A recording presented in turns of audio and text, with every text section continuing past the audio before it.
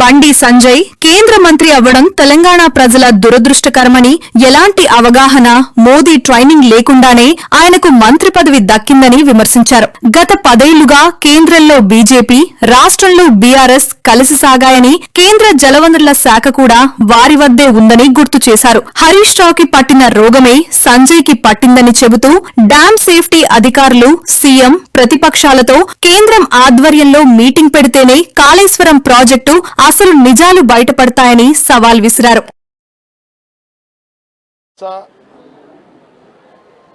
సంబంధించి నిన్న పిసిసి మహేష్ కుమార్ గౌడ్ గారు చెప్పి వారి యొక్క గైడ్లైన్స్ వారు చెప్పిన దాని ప్రకారము ఇన్ఛార్జ్ నటరాజన్ గారు, సీఎం రేవంత్ రెడ్డి గారు ముఖ్యంగా నిన్న మీరందరూ మీడియా అందరూ నిన్న గాంధీ భవన్ 2 రోజులు అక్కడ స్థానిక ఎమ్మెల్యే సామేలకు సంబంధించి అండ్ శ్యామల కిరణ్ రెడ్డి ఎంపీ గారు కానివ్వండి, జిల్లా ప్రెసిడెంటు నర్సయ్య కానివ్వండి, ఆ నియోజకవర్గంలో వివిధ మండలాలకు సంబంధించిన నాయకులు, 2 వర్గాలకు సంబంధించిన నాయకులు, 2 వర్గాల కాంగ్రెస్ పార్టీకి సంబంధించిన ముఖ్య నాయకులు, కార్యకర్తలు అందరి అభిప్రాయాలను 2 రోజులు మొన్న ఒక 6-7 గంటలు, నిన్న 5-6 గంటలు పూర్తిగా సమయం ఇచ్చి అందరి మాటలను వినడం జరిగింది, రాసుకోవడం కూడా జరిగింది. ప్రధానంగా ఆ జిల్లా అబ్జర్వర్ పార్లమెంట్కి సంబంధించినటువంటి సారన్న కూడా సారయ్య గారు కూడా ఉండే, మా పిఆర్ఓ హరి అన్నీ కూడా రాసుకోవడం జరిగింది. యాక్చువల్గా ఈరోజు సాయంత్రం సబ్మిట్ చేద్దామని అనుకున్నాము, కానీ ఇంకా 2 అంశాలు ఉన్నాయి ఇంకా. అందుకే బహుశా 18 లేదా 20 తారీఖున ఇంకా కొందరు అభిప్రాయం, ప్రధానంగా నియోజకవర్గ నాయకుడు ఇన్ఛార్జు ఎమ్మెల్యే సామేల్ గారిది తీసుకున్నాము. ఎందుకంటే మొన్న కూడా చెప్పిన, ఏది ఏమైనప్పటికీ కూడా కొందరికి నచ్చకపోని, కొందరికి ఇష్టం ఉండని ఇష్టకపోని, సిస్టమ్ ఏం చెప్తుందంటే ఫస్ట్ ఆ నియోజకవర్గానికి సంబంధించి ఎమ్మెల్యే ఎవరు ఎత్తుంటారో వాళ్ళని మొదటి ప్రాధాన్యత తీసుకోవాలి. అదే పార్టీకి సంబంధించిన ఎంపీ ఎవరు ఎత్తుంటారో వాళ్ళని రెండోగా తీసుకోవాలి. కార్యకర్తలు, నాయకుల తరఫున ఉన్నటువంటి రిప్రజెంటేటివ్ జిల్లా ప్రెసిడెంట్ ఆయన అభిప్రాయం కూడా తీసుకోవాలి. దీని తర్వాత ఆ జిల్లా కొంత సంబంధం ఉన్నటువంటి సీనియర్ నాయకులై కూడా తీసుకోవాల్సిన అవసరం ఉంది. తర్వాత ఎవరి ప్రాధాన్యత ఉంటుంది అంటే, ఎవరి వాళ్ళ సూచనలు తీసుకోవాల్సిన అవసరం వస్తుంది అని అంటే,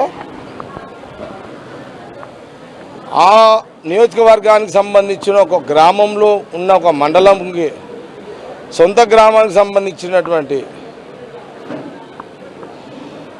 ఉత్తమ్ కుమార్ రెడ్డి గారు, అట్లాగే వెంకటరెడ్డి గారు, అట్లాగే ఆ జిల్లాతో సంబంధం ఉన్నటువంటి రాజగోపాల్ రెడ్డి గారు, గతంలో ఆ నియోజకవర్గం పోటీ చేసి ఓడిపోయినటువంటి దయాకర్ గారు ఎమ్మెల్సీ, వీళ్ళ 4 అభిప్రాయం కూడా జోడీకరించడానికి, వాళ్ళ ఆలోచనలను తీసుకొని రిపోర్ట్లో జోడీకరించడానికి. ఎందుకంటే ఆ ప్రాంతంలో శాసనసభ్యులు, నాయకుల బలోపేతానికి సరే మన జానారెడ్డి గారు కూడా ఉన్నారు అక్కడ, కానీ జానారెడ్డి గారు కొంత ఇన్వాల్వ్మెంట్ కారు అని మొదటి నుంచి అక్కడ కొంత ఇన్వాల్వ్మెంట్ కారు అని చెప్పారు. అట్లాగే దామోదర్ రెడ్డి గారు పక్క నియోజకవర్గం అంటే పక్క నియోజకవర్గము కాబట్టి దామోదర్ రెడ్డి గారి కొడుకు ఇప్పుడు ఆడు ఉన్నట్టున్నాడు, ఆయన పేరు సర్వోత్తమ్ రెడ్డి. కానీ ఏదున్నా ముందు శాసనసభ్యుడు సామ్యుల్ గారి అభిప్రాయమే మొదటి ప్రాధాన్యత ఉంటుంది. తర్వాత ఎంపీ గారు, జిల్లా ప్రెసిడెంట్, కాంగ్రెస్ సీనియర్ లీడర్లు, కార్యకర్తలు ఉంటాయి. ఆ జిల్లాకు పెద్ద మనుషులుగా ఉత్తమ్ రెడ్డి గారు, వెంకటరెడ్డి గారు, రాజగోపాల్ రెడ్డి గారు, దయాకర్ గారు వీళ్ళ అభిప్రాయాలు జోడీకరిస్తాం. వారి సూచనలను కూడా తీసుకుంటాం. వెంకటరెడ్డి గారు, రాజగోపాల్ రెడ్డి గారు, ఉత్తమ్ రెడ్డి గారితో మాట్లాడినా వాళ్ళు అధికార కార్యక్రమాలలో 2 రోజులు బిజీ ఉన్నారు. రేపు ఎల్లుండి వెంకటరెడ్డి గారు, ఉత్తమ్ రెడ్డి గారు, రాజగోపాల్ రెడ్డి గారు, దయాకర్తో మాట్లాడి వారి అభిప్రాయాలు కూడా ఆ నోట్లో రాయడం జరుగుతుంది. వీలైనంత వరకు అందరినీ ఏకాభిప్రాయం తీసుకురావడానికి ఇవన్నీ ప్రక్రియ చేయడం జరుగుతుంది.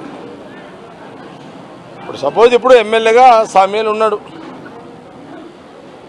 మళ్ళీ అధిష్టానం ఆయనకే టికెట్ ఇస్తే రెండోసారి ఎమ్మెల్యే గెలవాలి కదా మళ్ళీ, ఏది రిజర్వేషన్ సీట్లో.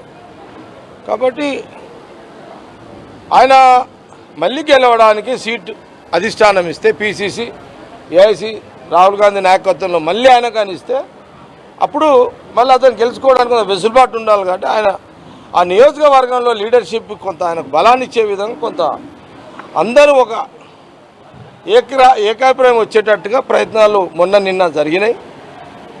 కొంత ఒక మండలంలో చారి అని యుగంధర్ చారి, ఏం చారి, ఒక ఆయన అయ్యవారు ఉన్నారంటే చారి గారు అని ఆయన, ఇంకా కొంత నాయకులు, కొంత పాత సీనియర్ 30-40 ఏళ్ళ చూడండి మండల ప్రెసిడెంట్లు, 6-7 సార్లు మండల ప్రెసిడెంట్, బ్లాక్ ప్రెసిడెంట్ గతంలో ఉన్న వాళ్ళ అభిప్రాయం కూడా తీసుకున్నాం. అయ్యవారు చారిది కూడా అభిప్రాయం తీసుకుంటాం. సామ్యుల్ ఎమ్మెల్యే గారు కూడా కొంతమందితో మాట్లాడతానని చెప్పిండు, వారు కూడా కొంత టైం కేటాయించుకోరు. ఏది ఏమన్నా ఏఐసి డైరెక్షన్ ఏదైతుందో ఎమ్మెల్యే గారికి, జిల్లా ప్రెసిడెంట్కి అందరు కూడా చెప్పినాం. 3 ఏళ్ళు కంటిన్యూగా పార్టీలో ఉన్న వారికే జిల్లా ప్రెసిడెంట్లు ఇవ్వాలి అన్నదే ఆల్ ఇండియా కాంగ్రెస్ పార్టీ ఇచ్చిన డైరెక్షన్, పిసిసి మాకు ఇచ్చిన సూచనలు. అందులో ఒక 3 మండలాలు వస్తలేవు. ఆ 3 మండలాల మీద ఎమ్మెల్యే గారు యాజ్ ఏ శాసనసభ్యునిగా, కాంగ్రెస్ ఎమ్మెల్యేగా ఆయన పిసిసికి, ఏఐసికి కొంత అప్పీల్ పెట్టుకున్నాడు. నేను 2.5 సంవత్సరాలు ఉన్న వ్యక్తులను జిల్లా మండల ప్రెసిడెంట్గా నేను చెప్పడం జరిగింది.